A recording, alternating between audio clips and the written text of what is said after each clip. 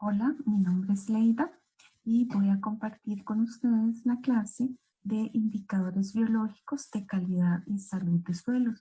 Vamos a centrarnos sobre todo en los microbiológicos, pero vamos a mencionar algunos más macro. La clase está dividida en dos partes que están adjuntos en las indicaciones de mediación virtual, como indicados como dos videos.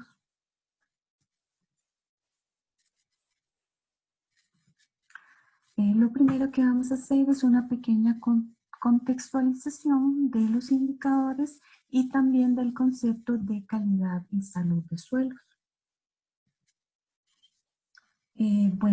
Sabemos que los indicadores para evaluar la calidad y la salud de suelos pueden ser indicadores biológicos, indicadores químicos, indicadores físicos, los cuales se van a ir desarrollando a lo largo de este curso.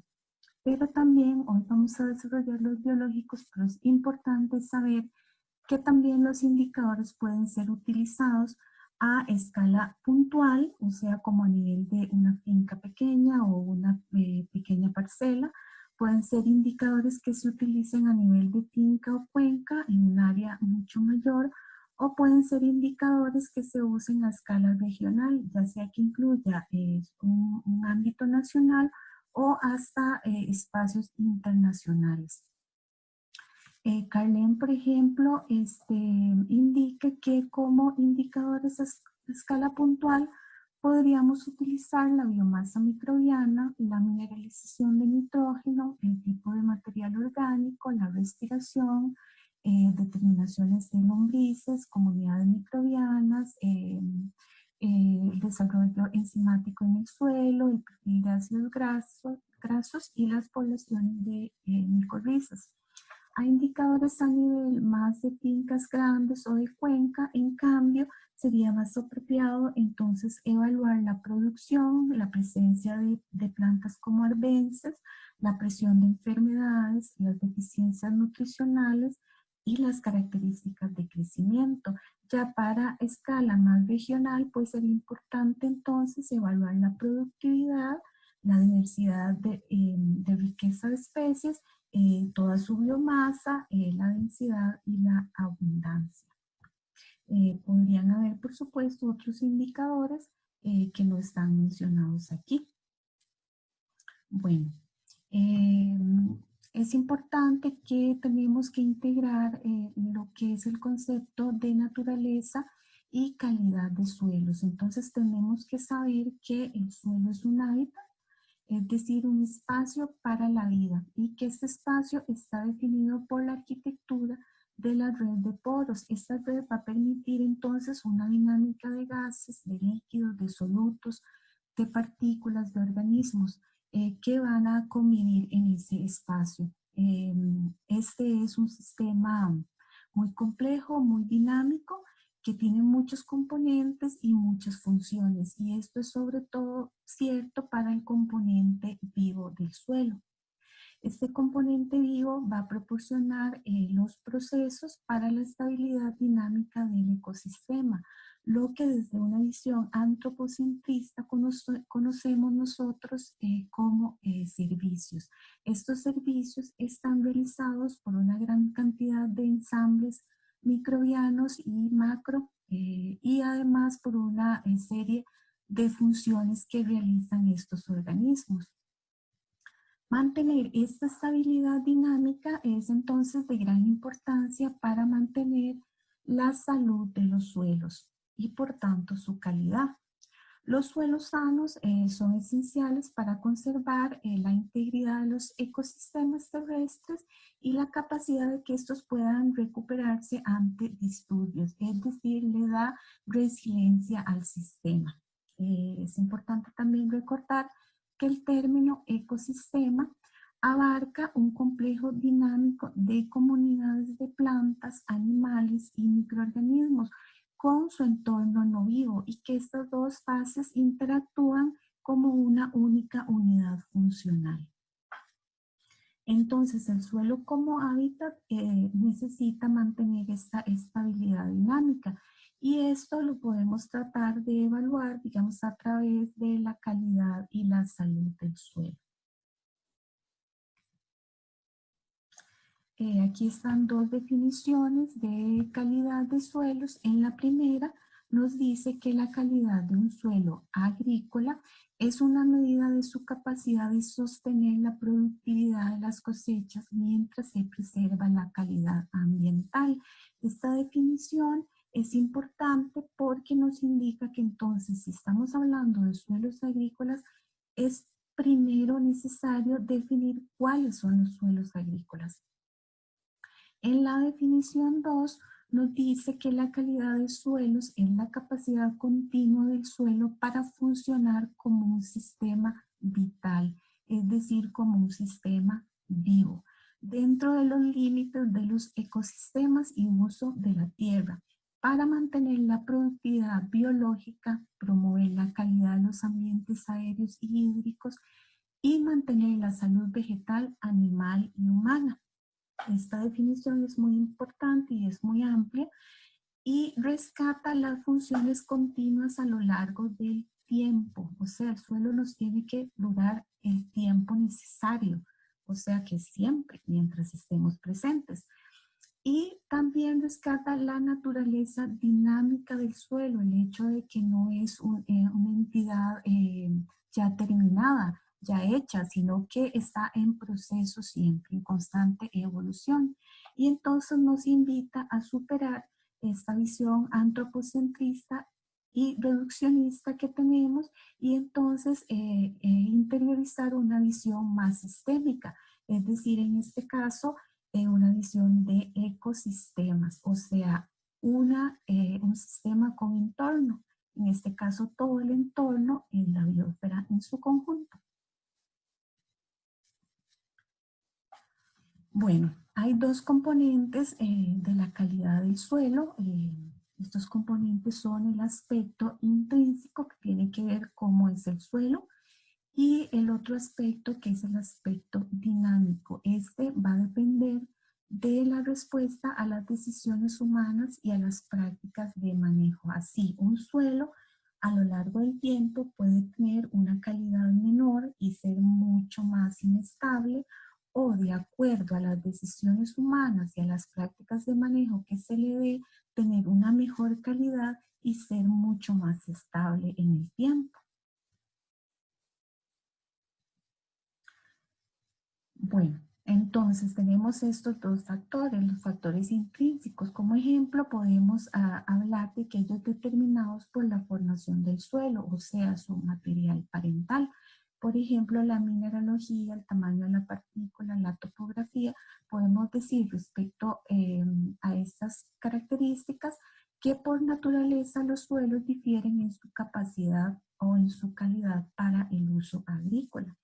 En cuanto a los factores dinámicos que están determinados entonces por el manejo, podríamos hablar del manejo de la materia orgánica, de la utilización de variedades vegetales, de la diversidad tanto dentro como entre las especies, de la utilización de biocidas, del tipo de labranza que se utiliza.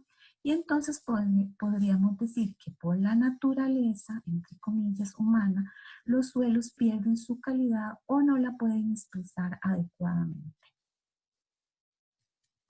Por ejemplo, decimos que las arcillas del tipo 2.1 presentan un mayor contenido de materia orgánica que aquellas del tipo 1.1. Esto podría hacernos pensar que aquellos suelos con tipo de arcilla 2.1 pues tienen una mayor capacidad de intercambio catiónico, una mayor fertilidad y por tanto una mejor calidad. Sin embargo, todas las arcillas absorben cierta cantidad de sustancias para formar lo que son los complejos humo-arcillosos. Esto sería lo que podríamos decir que es la materia orgánica estructural. Algunos tienen menos, otros más, pero esa materia orgánica es más, forma parte más de la estructura del suelo. Por ejemplo, los suelos tropicales cultivados van perdiendo materia orgánica hasta este mínimo, y este mínimo no es suficiente para conservar la productividad, es decir, que tienen mucha capacidad para perder, de acuerdo a las prácticas de manejo, lo que es la materia orgánica más vital. Y que por supuesto está mucho más relacionada con la parte viva del suelo. Bueno, entonces, de acuerdo a las decisiones humanas y las prácticas de manejo, podría darse que un suelo con una calidad cualquiera, debido a estas decisiones humanas y a estas prácticas de manejo, pueda o mejorar su calidad o disminuirla en el tiempo. Por ejemplo, una perturbación que puede ser agrícola o de uso agrícola, cambio de uso hacia un uso más agrícola, puede disminuir la materia orgánica o el carbono orgánico del suelo hasta niveles muy bajos. Con el tiempo, otro nuevo manejo que se preocupe por reincorporar de nuevo material orgánico puede aumentar los contenidos del carbono orgánico del suelo en diferentes niveles de acuerdo a las prácticas que se realicen. Bueno, entonces recordamos que la agricultura pues es un producto cultural, humano, ¿verdad? Y que pues cumple las funciones de brindarnos una manera para producir alimentos y fibras. Sin embargo, todos los procesos agrícolas deben también eh, brindar la estabilidad dinámica del ecosistema, o sea, los servicios para que se mantengan los ecosistemas. Estos nosotros les llamamos servicios no agrícolas y, por ejemplo, están relacionados con el suplemento y la calidad del agua, con el control de la erosión, con la composición atmosférica y la regulación del clima, con la degradación de contaminantes tóxicos, con el control de enfermedades y pestes no agrícolas, como las que estamos atravesando ahora de manera global, y con la conservación de la biodiversidad.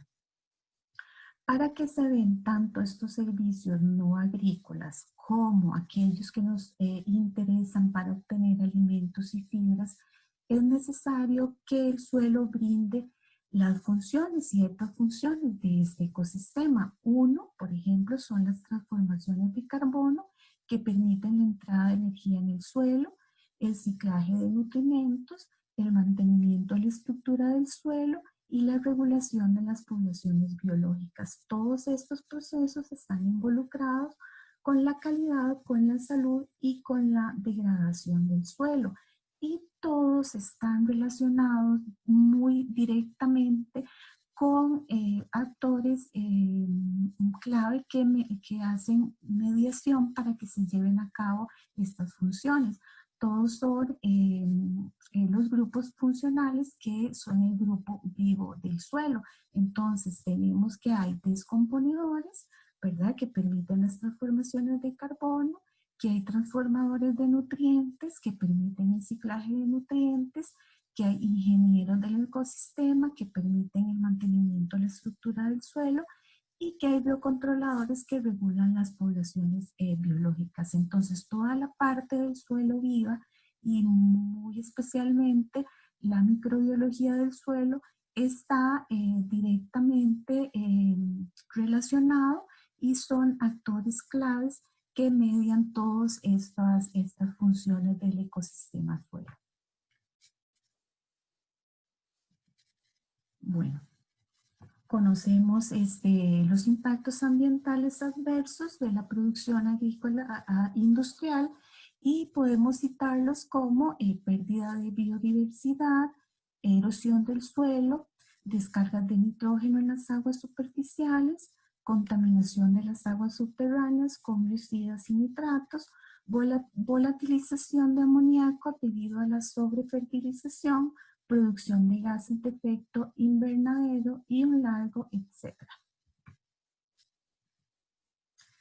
Bueno, todo este deterioro de la calidad y salud del suelo y los beneficios de gestión, de la gestión o de gestiones adecuadas se ha convertido entonces en el siglo XXI en una preocupación que es política, ya que es necesario reducir o llevar a mínimos este deterioro en la calidad y salud del suelo. Entonces se hace necesario ecologizar la agricultura, es decir, ponerla dentro de su entorno, esto es el ecosistema biosfera, entendiendo todo este ecosistema biosfera en toda su diversidad y toda su interdependencia. En este sentido, es entonces necesario crear políticas para el adecuado ejercicio global de la agricultura. Bueno, entonces sobre el suelo hay una serie de presiones que se dan, ya sea por el clima, por eventos naturales, por la urbanización, por la agricultura, por las actividades forestales o por la disposición de residuos. Entonces, esta presión va, por supuesto, a ocasionar presión sobre diferentes aspectos, por ejemplo, el balance atmosférico, la salud animal, la salud de la comunidad microbiana, sobre el lavado y la escorrentía, sobre la salud de los ecosistemas, sobre la salud de las plantas y obviamente sobre la salud humana.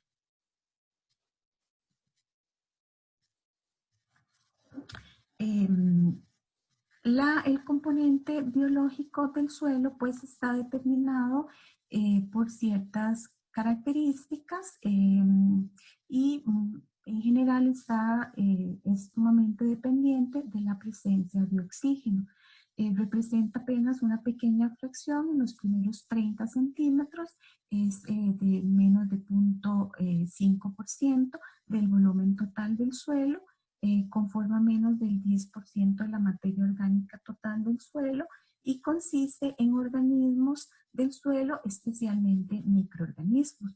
Pueden ser determinados, ya sea en su número, en su biomasa o en sus procesos, por medio de indicadores biológicos. ¿Cómo nos vamos a centrar más en los indicadores microbiológicos? Vamos a mencionar antes algunos indicadores macrobiológicos para determinar calidad y salud de los suelos. Por ejemplo, Primavesi nos indica que las plagas o agentes causales de enfermedades pueden utilizarse como indicadores de ciertas condiciones de la calidad del suelo. Por ejemplo, nos dice que nos podrían indicar condiciones deficientes de nutrientes. Entonces, por ejemplo, la presencia de ciertos agentes causales de plagas o conocidos como plagas y agentes causales de enfermedades nos podrían decir, por ejemplo, que hay deficiencias de oro, deficiencias de calcio, por ejemplo, en arroz piricularia, deficiencias de cobre, y bueno, ustedes pueden revisarlos más en detalle, pero la presencia de enfermedades pues puede ser, y de hecho es un indicador de salud y calidad del suelo, y nos podría indicar entonces, por ejemplo, deficiencias de nutrientes o condiciones deficientes como por ejemplo suelos muy densos. También la presencia de plantas, más conocidas como arbences, nos pueden dar información en este mismo sentido, ¿verdad? Entonces podríamos pensar que nos podría hablar sobre deficiencias de calcio, nos podría hablar sobre suelos compactos y pedregosos, sobre presencia de nemátodos, sobre condiciones de pH y cantidades de aluminio. Entonces, pues son indicadores que pueden ser utilizados para evaluar características que tienen que ver con la calidad y la salud del suelo. También, pues las lombrices han sido unos indicadores muy utilizados. Aquí nos muestran los autores evaluaciones que hicieron dependiendo del tipo de labranza. Entonces, en una labranza convencional encontraron 0 lombrices, con 3 años de labranza cero o en cero labranza encontraron 620.000 y con 6 años de cero labranza 2.760.000 lombrices por hectárea. Es interesante ver que, por ejemplo, la cantidad de carbono orgánico del suelo no pudo discernir entre cero labranza de 3 y 6 años. Sin embargo, las lombrices sí lograron marcar una diferencia bastante amplia.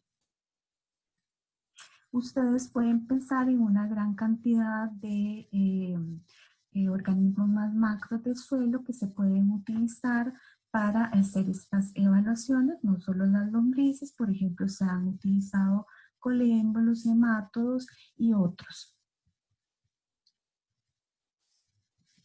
Bueno, hasta aquí terminamos con esta parte y seguimos en el siguiente fragmento.